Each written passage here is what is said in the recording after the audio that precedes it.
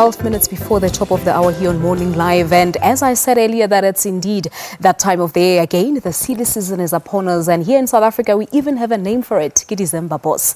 Many of us will throw caution to the wind and pretend we don't even have a budget to enjoy these activities and shopping sprees. Splurging on unnecessary summer essentials and gifts or even flashy vacations can, however, lead to some financial hangover the following month, which is in January, when everyone complains that they have no money. My next guest warns against this and is going to give us more insight into how we can beat the January financial hangover. And her name is Lizzle Badham. Lizzle, good morning. Thank you so much indeed for joining us here on Morning Live. Good morning, Palisa. Thank you. Now, Lizzle, a call is made every year around this time for consumers to spend money wisely, but we always see people complaining in January.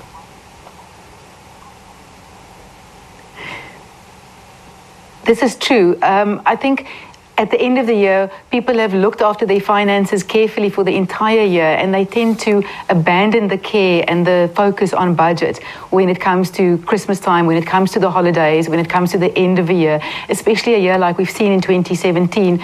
That's been a tough year for the consumer. There's been a lot of increases, a lot of additional expenses. We're seeing the petrol price going up again.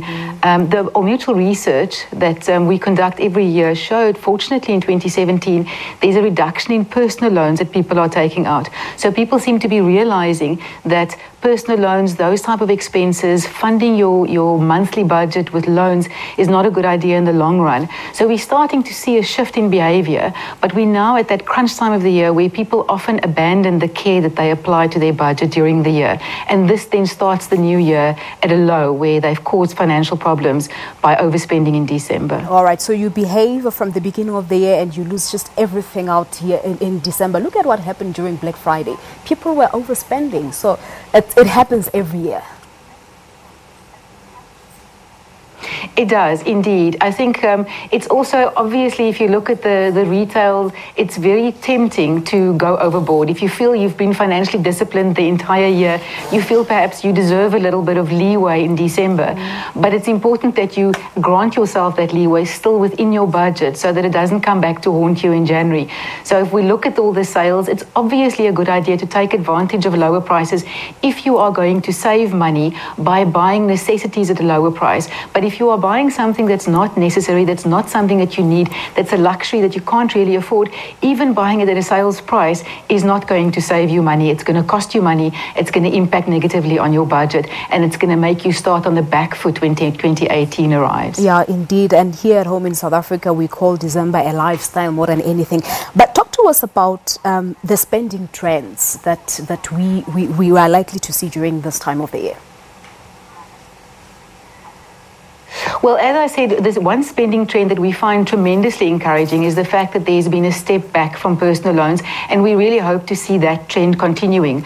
So even though that's very positive, the other thing that our research indicates is almost half of the people surveyed across all income groups in the country did have at least one month in 2017 when the budget didn't cover their expenses. So that's very important, that we need to focus on budgeting and making sure every month of the year the budget is in line with our expenses, our income and expenses match, and we don't overspend, because even 1 month when we overspend can cause long-term problems. It can have that knock-on effect.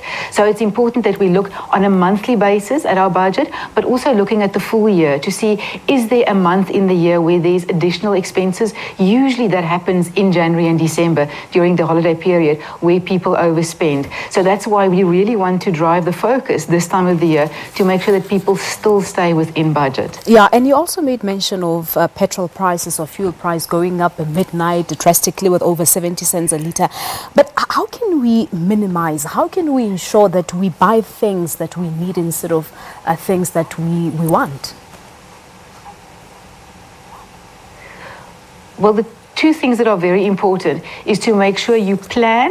So you know what your income is, you know what you can afford. So plan accordingly, and then it's important to stay disciplined, to stick to that plan. We know some people are in a very fortunate position where they get a year-end bonus. It's important to apply that additional income, that bonus, to expenses. Look at debt. If you've got a bond, put some extra money into your bond, and then decide what you can afford to buy in terms of gifts or in terms of entertainment or holiday expenses during the end of the year period. So if you're going to have extra income, make sure you apply it wisely. If you have no extra income, if you don't have a bonus, perhaps this is a very good time to start planning for the end of next year, to put money aside every month to create that bonus for yourself, so you've got that extra leeway in December and January, so you can spend a little bit more without causing problems, without having to worry about overspending. All right. And what have your observations been more so during this period? Are people actually saving to spend money for festive season, or are they buying everything on credit? Well, we're seeing a step back from credit, fortunately, but we do see overspending in December and January. So these are the months where people are most at risk of abandoning their budget. And we know that when you come back in January, at the beginning of the year, you've got new school uniforms, you've got books that you need to buy for your children. The petrol price is not going to go away. It's going to impact on the consumer even further. So we can't abandon the budget and hope that something is going to take care of itself in January or February. We know there are a lot of additional expenses in the beginning of the new year. So it's best to start planning ahead and make sure that you take all of those additional expenses into account in your plans. All right, just before we talk about the importance of having a financial advisor, talk to us about the importance of having a budget in place for everything before you spend. Well, unfortunately, a budget is such a simple concept that most people think, they look at it very briefly, maybe once a year, or they don't even consider their budget. They think it's something that they'll get right intuitively. And that's a fundamental mistake. It's very important to look at your income and your expenses and to understand where are you spending your money every month. I think often there are habits where people are not even aware where the money is being spent on entertainment or luxuries, where if they cut back a little bit, they can afford to save more. They can afford to create financial security in the long run by making small monthly adjustments. So it's very important to plan to set your budget up at the beginning of the month, and then to make sure you stick to that and to see where can you make adjustments to be more savvy with your income, so that you create that financial security for yourself in the long run. Yeah, and indeed, setting a budget, it's something very simple, but sticking to it, it's quite a difficult one. But in terms of a financial advisor, how can a financial advisor help with a lot of this to make sure that we don't suffer from January hangover? The financial advisor can help with simple things like the budget, setting up the budget. Many people are able to do that themselves, but as we said, it's difficult then to stick to it. And it's often easy when you have somebody that you can discuss your financial planning with, your finances, your budgeting, your day-to-day planning. If somebody can discuss that with you and hold you accountable to make sure you stay disciplined and you stay on track. The financial advisor can also play a crucial role in helping you budget, making sure your day-to-day budgets, your month-to-month short-term planning is aligned to your long-term planning. So when it comes to your education planning for your children or your retirement, things that you want to achieve over a much longer period, you need to make sure that your budget month to month aligns with those longer-term plans, that you put enough of your income aside to save for those longer-term goals. That's where the financial advisor can play a very important role, helping you balance those two needs. Very important indeed. Liesl, we'll leave it at that. Thank you so much indeed for coming through.